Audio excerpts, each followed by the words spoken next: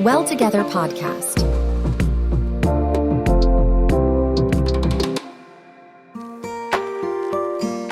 Welcome to Well Together podcast. In each episode, inspiring conversations from wellness experts will guide you towards a better life. If you are ready, let's start our healthy life journey.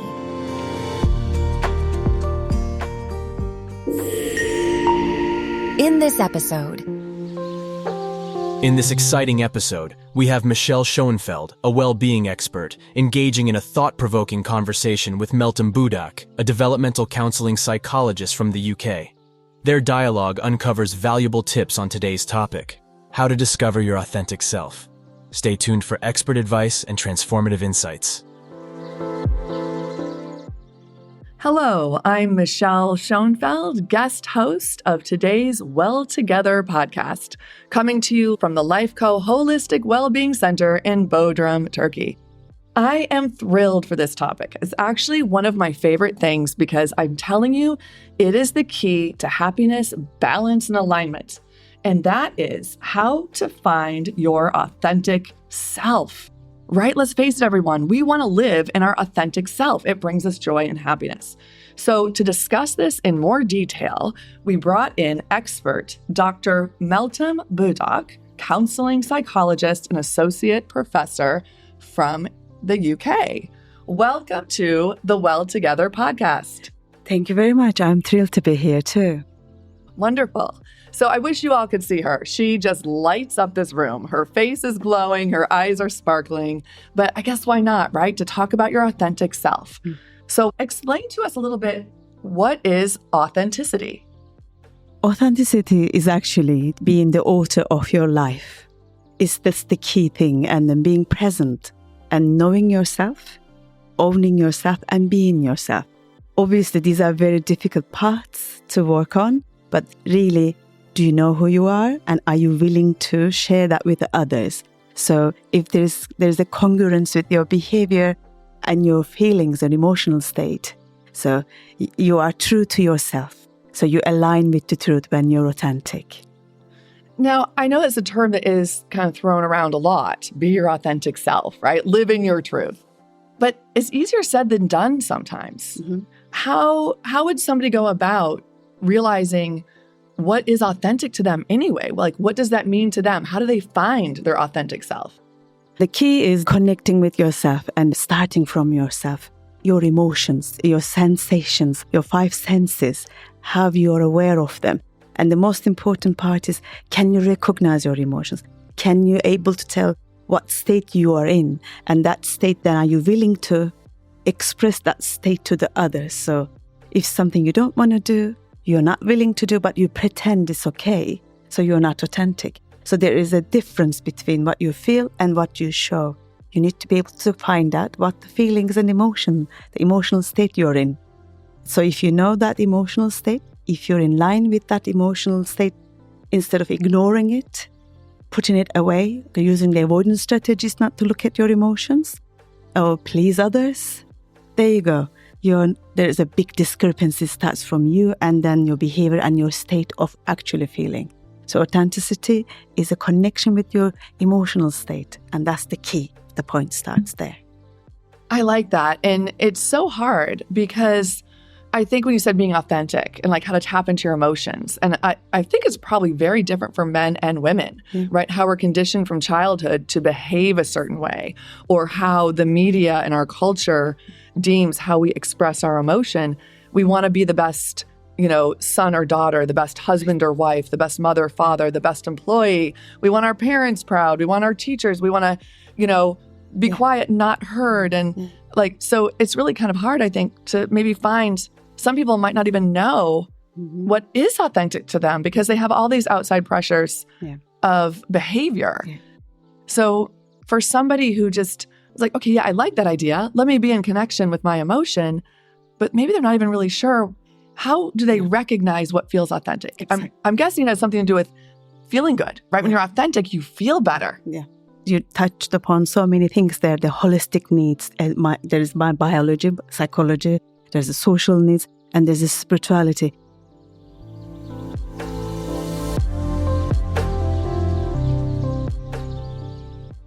as a person connecting with myself, I need to connect with these layers. So recognizing I am that biology when you do something pleasant and you enjoy and your body releases certain chemicals and then there's a connection starts, and that's already mind and body. That's why it works. Perhaps biology is also the key for your mental health. But there are other components like your sex, your gender, the culture.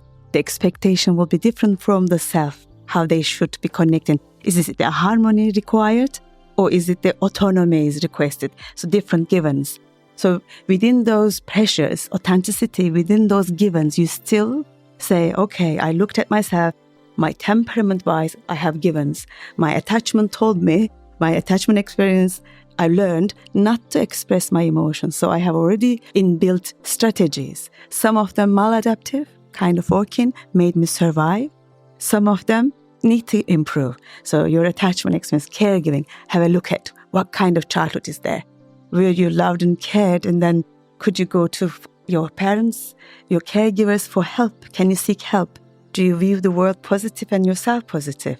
And then most importantly, do you regulate emotions? What do you do with that emotion? Your attachment experiences, the environment, the circumstances defines that for you. But authenticity gives you a place. Being authentic, invite for authenticity, gives you a place to think about these things. That holistic needs, where am I? What kind of things is I need to exercise more, improve that pleasure in my life. But that's not enough. Engage with others. And what kind of culture I'm coming from, what is expected of me, and what is most importantly my temperament. As my biochemistry, I have some givens too. So it's all about exploring, like having a self-compassion inquiry about yourself rather than what is expected of you. That's the next thing. Because authenticity about you and the others, you have that fantastic balance, because happiness studies says you need to have pleasure and everything about you, but that's not enough. And then you need to contribute and connect with something bigger than you. And there's the balance is the one makes us happy. So you are yourself, individual, and you're in relation to others. So that's striking the balance, because you can protect yourself, avoiding people. You can just sacrifice yourself for others. Your culture might underline this. Your gender might require this more than others. But the point is, okay, what's going on? Just asking that question. That's how we can start unleashing and starting journey for the authenticity, seeing the difference. Actually, I want to live somewhere else. I want to change my job. Actually, I'm bearing it. So this incongruence is the key for all level. And now start healing them, start doing something for each of them. That's beautiful. I like that. It's really important what you said about happiness, I think, because, let's face it, everybody wants to feel happier. We're not necessarily sure how to. Yeah. We know we have days or moments or weeks or periods of our life, chapters of our life where we're happier than others. Yes.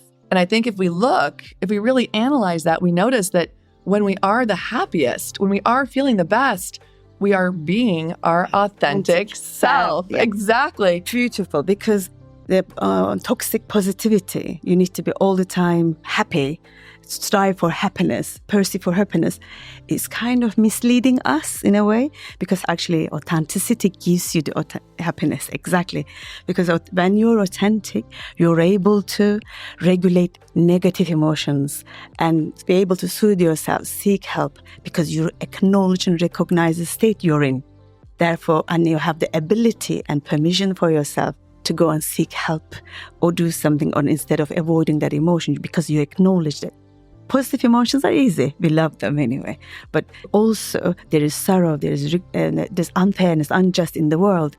We live in here. So you radically accept that as well. It happens. But when it happens, how you deal with authenticity makes us happy. I think it's more important to talk about authenticity than happiness. Happiness, obviously, the state. But authenticity, the way to do it.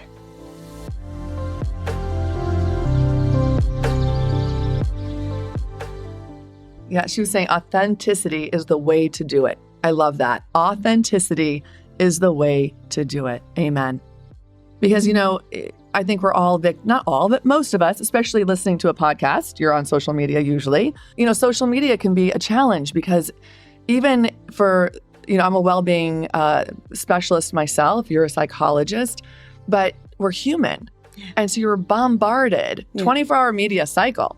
I'm not talking the news, social media, Twitter, Snapchat, like Instagram, of what happiness is for other people. It's the vacation, it's the boat, it's swimming, it's hiking, it's expensive bags, it's a nice car. And so it kind of confuses our mind of like, oh, that's what we're supposed to do to be happy. If we have that, we'll be happy. Money might get you freedom to be more authentic, but it really is finding that authenticity that brings the happiness. And when you are in balance, then you actually don't really care about all those other things. Like, I feel like authenticity and balance is a natural filter, because then you don't really have FOMO, the fear of missing out. You don't really pay attention to all those other things that you think are supposed to make you happy. That make other people happy, because you're really just in tune with what makes you happy. So none of it matters anymore. Exactly. You know, friends may come and go. Situations may come and go. But if you're authentic, right, then you're saying that's kind of the key to balance, to alignment, and then happiness just comes naturally. Or you can cope with that negative emotion. There is sorrow and sadness, but you're still able to deal with that and soothe in a way. Also, and what you said, the focus is not from the others only. So what the others do, what do I want? And the thing we are inviting you to think about preserving you, but then preserving your relationship. That's the authenticity but you're not dissolving there, or you're not avoiding the other. So focus is, what do I want? Who am I? So I think, those are all wonderful points, but, a lot of people, especially in the world today, aren't living in their authenticity, or maybe they found it and they feel like they've lost it a little bit. So how are some ways that people can kind of come back to finding their authenticity? Obviously, circumstances are important for our happiness, our ability, set ability. If I start life in a very securely attached environment provided for me, so I'm a securely attached person, my attachment experiences were positive, so I value myself, I value others, and then I can regulate emotion, I can seek help. I'm in a bit different place already. We have the brain's plasticity. We know change is possible. If we act differently, we can improve it. We can find a way. So although there are things hinders our capacity, or there are things happen, circumstances at that moment we lose, there is a gift of that process too. There is a post-traumatic growth research talks about after trauma, difficulties, challenge actually makes us stronger, better, resilient. We learn the meaning of life. That's the authenticity and happiness say. The meaning of life makes us happy, finding that meaning of life. Also, we evolve. We're humans. We evolve. So what was authentic to us at like maybe 15 might not be for 30, which may not be for 40 or whatever, 70, 80. So when you feel like you've kind of lost your authenticity, what are some things you can do to help find it and regain it? Okay. And the first one, I will invite you to be able to connect with your emotions, your body. Connect with your body. When you walk, just observe your body. When you start thinking, managing, planning things, invite yourself back gently, just observing your body. How do you walk? How do you keep your posture? Just connect with like that. So the invite to connect. And then be aware of the feelings and sensations, because they're also the clue for your emotional state. Are you bored? Are you trying too hard? Whatever. That emotional state, just connect and name it, because we need to be able to name. Once you name it, then there will be a part to express it effectively to others. But first, name the emotional state, name the state you're in. Because then the emotions have a message for you, negative ones, as well as the positive ones. Negative ones there to anger, for example. Then if you're angry, or if you have this regret, there's something guilt, this very powerful, and you kind of punish yourself so you can't be authentic. You don't deserve to be happy. And perhaps then look at that, because authenticity invites you to be tuned, align with the truth. The truth is you made a mistake. Something happened you didn't want. That's the truth. That's the real truth. And it's painful. But the suffering is a choice.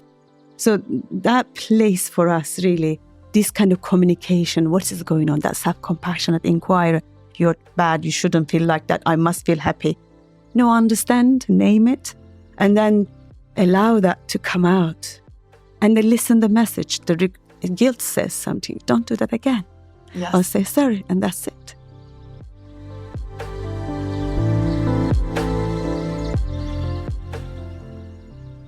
It's so true because, we know the mind-body connection. We know how powerful that is for healing and for illness, right? It's like really that mind-body, it affects us. And so it's also, I guess, then learning to trust your gut, right? When you're making decisions, like if you're not sure, is this authentic to me? Closing your eyes and seeing do a body scan, see how you feel, and go with the decision, go with direction that feels right. For this, meditation is really key for this. So this is the area you can observe your thoughts and emotion, learn to connect. Meditation, definitely. There's a wise mind. You can Google it. You can find it. Wise mind practice meditation. And it's interesting because there's your rational and your emotional on the table, but you observe them when you're wise. Your gut feelings and your instincts are charged there. That's a place you can be more intuitive in this wise mind meditation, for example. Interestingly, authenticity invites you that duality again.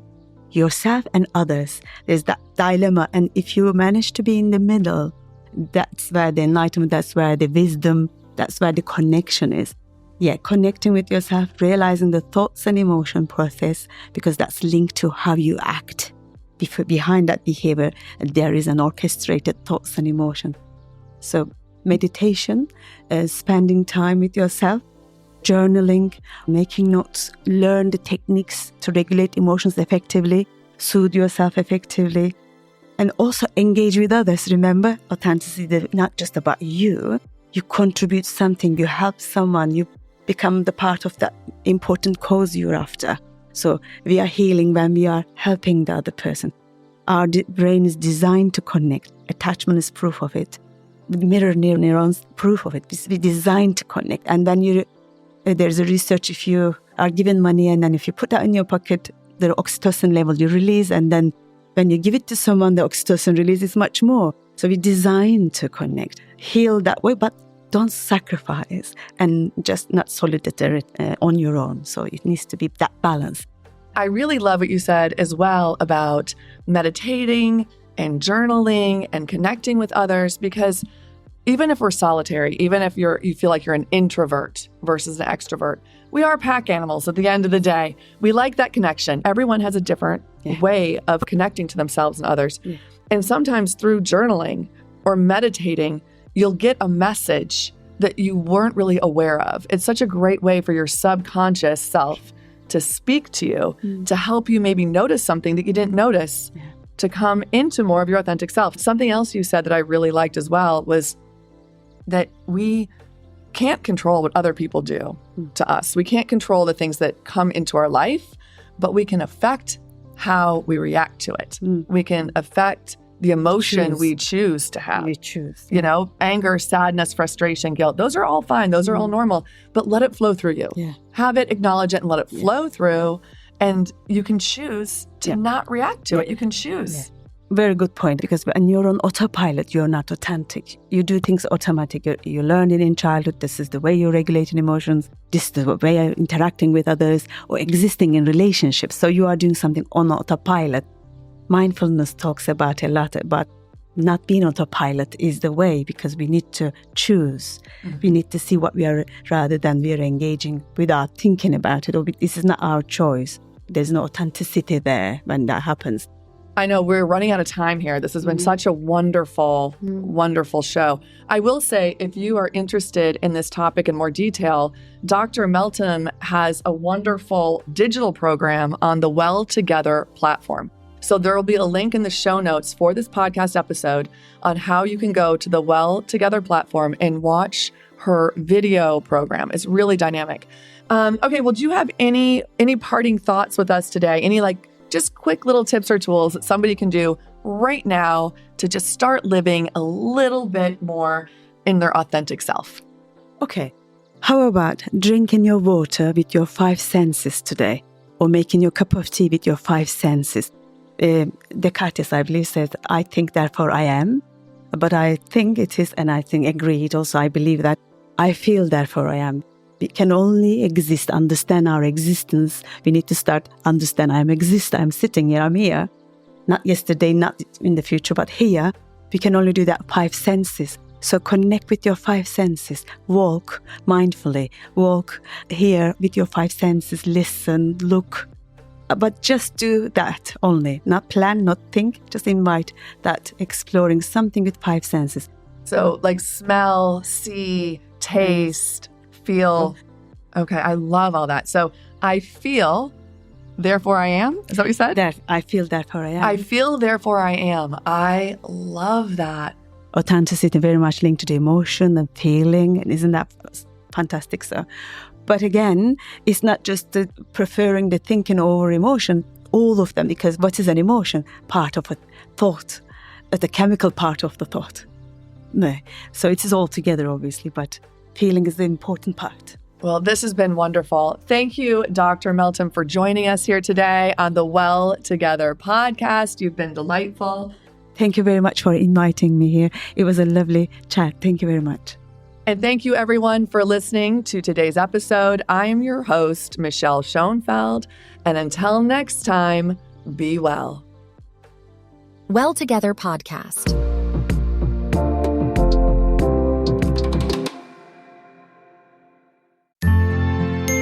Inspiring stories from TheLifeCo. Let's introduce Issy Arasara as she shares her well-being journey at TheLifeCo Phuket. In her words, well-being is not just physical, it's mental and spiritual as well. Hello, everybody. My name is Issy. I am a yoga instructor and I am 28 years old.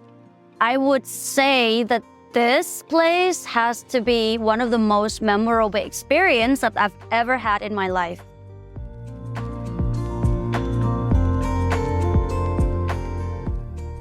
I thought at first my impression here would be about purely physical, but then I discovered that after the course is over, the things that impressed me the most is actually about my mentality. One of the workshops that I've had, which is called the breath work, I found myself crying in the workshop, and it was actually, I found out that it kind of unlocked me some of the stress or some of the part that I try to bury it for the rest of my life, and then it has been cracked and unlocked at that time. And after that, I felt even more happy. What I really like the most is those workshops, food workshops and breath work, which is actually something that really work on my mentality, not just a physical body. Healthy, in my opinion, it's not just something physical, but it's also about how do you feel mentally. Like, how do you feel when you wake up? How do you feel when you just had a piece of cake? You feel guilty? So that's also means healthy for me as well, because for the whole thing, healthy for me, it meant balance, how you balance in life physically and mentally. And most importantly, are you happy? That's what I would say, healthy. That's what it means, is you have to be both physically, mentally, and spiritually happy. Well Together podcast.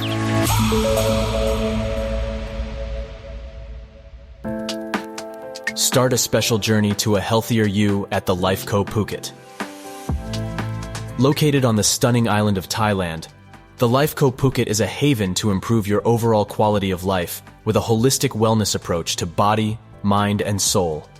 Our clinically integrated healing programs offer specialized medical services and natural therapies tailored for cancer prevention and recovery from chronic diseases under a serene atmosphere. Visit thelifeco.com today for a life-transforming wellness experience.